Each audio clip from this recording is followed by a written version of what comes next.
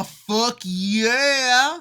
I finally got the chance to record. I'm finally caught up on Will+Dress. We are going to talk the fuck out of this show.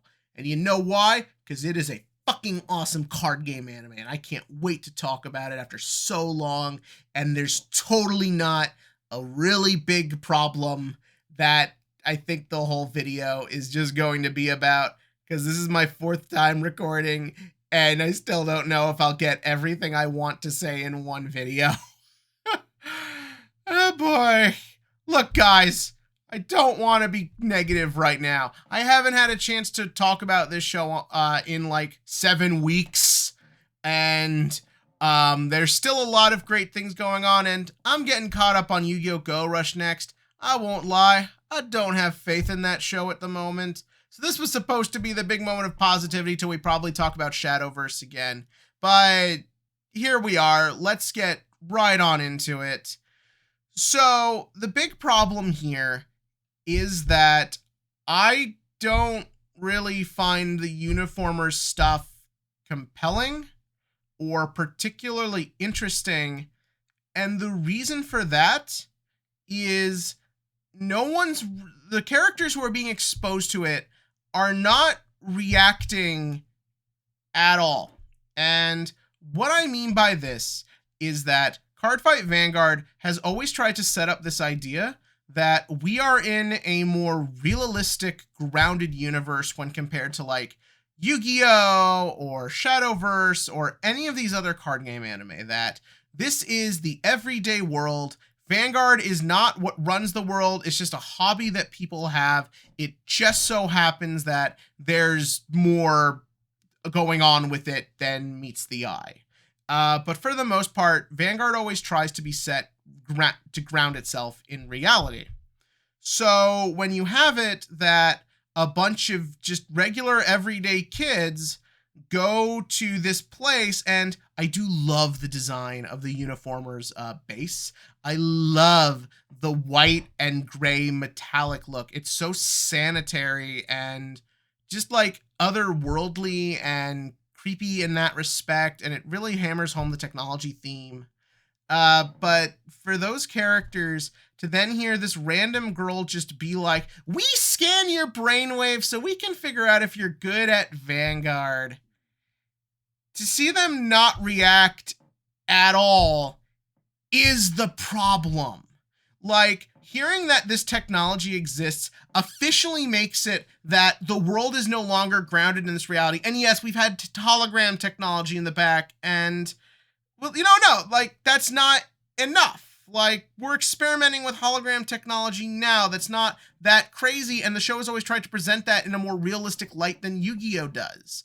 So that's not really what's going on here. The idea that you can now go into people's heads in this world and alter their brain chemistry is fucking huge. This is technology that up until now we've assumed does not exist in this world, and our characters should react as such.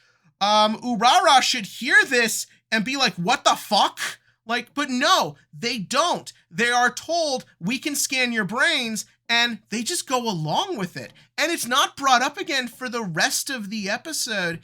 And then it's not brought up again until we're told that they stick devices to people's heads and directly beam brainwashing material into their brains.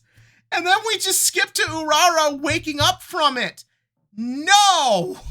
Just no! I don't believe any of this, because it makes no sense, but it's trying so hard to make sense. We spend so much time on the explanation of how they're getting people, the actual process of doing this, and showing it then happening in time, which again could work, but you haven't grounded anything in a reality I can follow. Like, everyone who is selected for this just fucking goes along with it.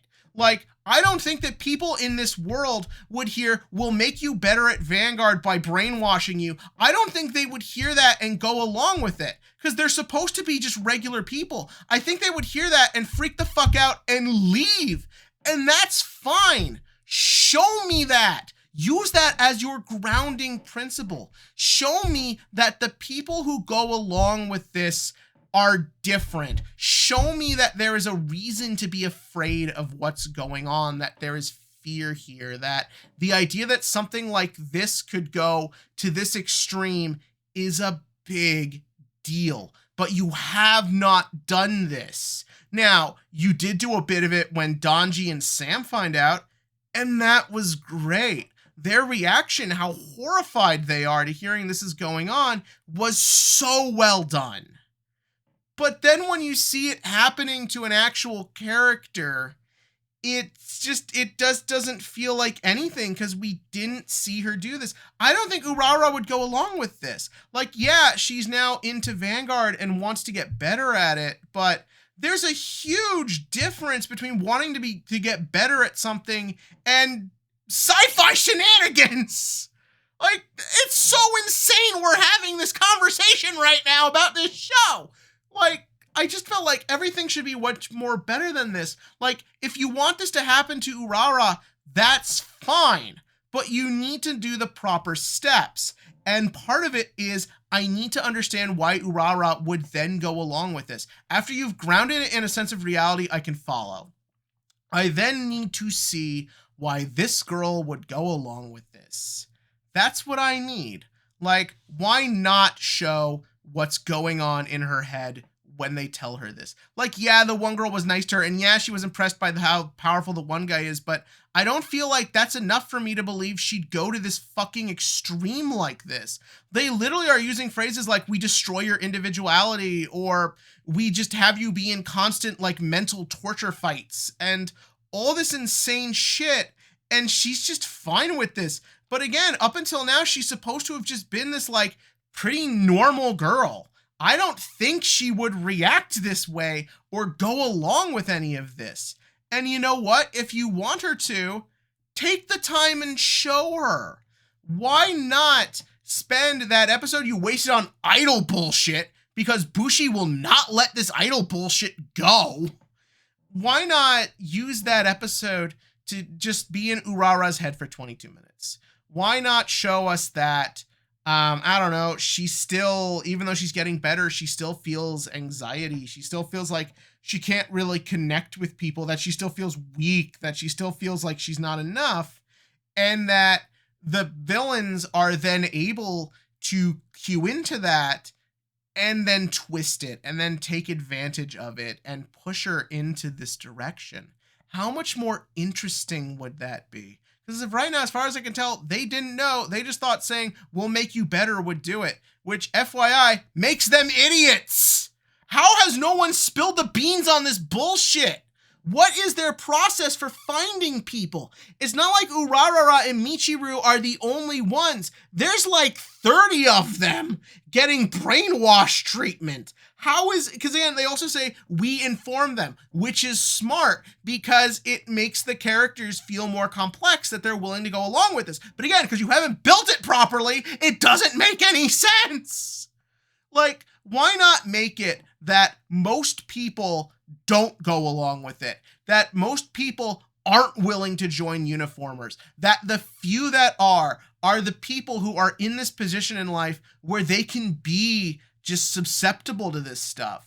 There's so much great media out there about people falling for cults and willingly let themselves get torn in and destroyed and torn down. You could tell a really compelling story here, and I think the characters and the writing in this show are good enough to do that, but you haven't done that here. You've just turned her into a henchman, which sucks, because when she is bad in this most recent episode, she's great. It's so well handled. Like, the way she's, like, still kind of acting like herself, but just so different. Like, how she's just not as move-me and expressive as she usually is. And putting her up against Tamari, a character who's super expressive, is a super smart way to show that contrast. But again, you haven't built this properly. So I don't feel the threat here. And that kind of is a huge problem, especially going forward, because I kind of have a feeling we'll be on this plotline for a long time, probably past this arc, and I don't know where it's going, and I'm not quite sure how it'll go. But we will keep talking about it, because that final shot of Yu Yu coming in has me really excited. But in the comment section below, I'm sure many people have different opinions. Give me your thoughts. Are you as frustrated by this as I am? It might sound crazy, but I actually do love cerebral horror like this. And I want it to be really good, but so often than not, it's just this poorly put together type stuff. But give me your thoughts about that in the comments section below. As for the Vanguard question of the week, the only question that the Vanguard community is talking about, are you with ChronoJet or against ChronoJet? Have you given in, spent the money to play the G deck in D, or are you like me and choosing to wave the flag of other nations? And by that I mean I stick to Keter decks because I don't want to spend money on so many extra decks, and yeah, that youth budget be a lot. But give me your thoughts in the comments section below. And as always, click to like, subscribe, and join me next week as we watch Yu come into his own as a leader.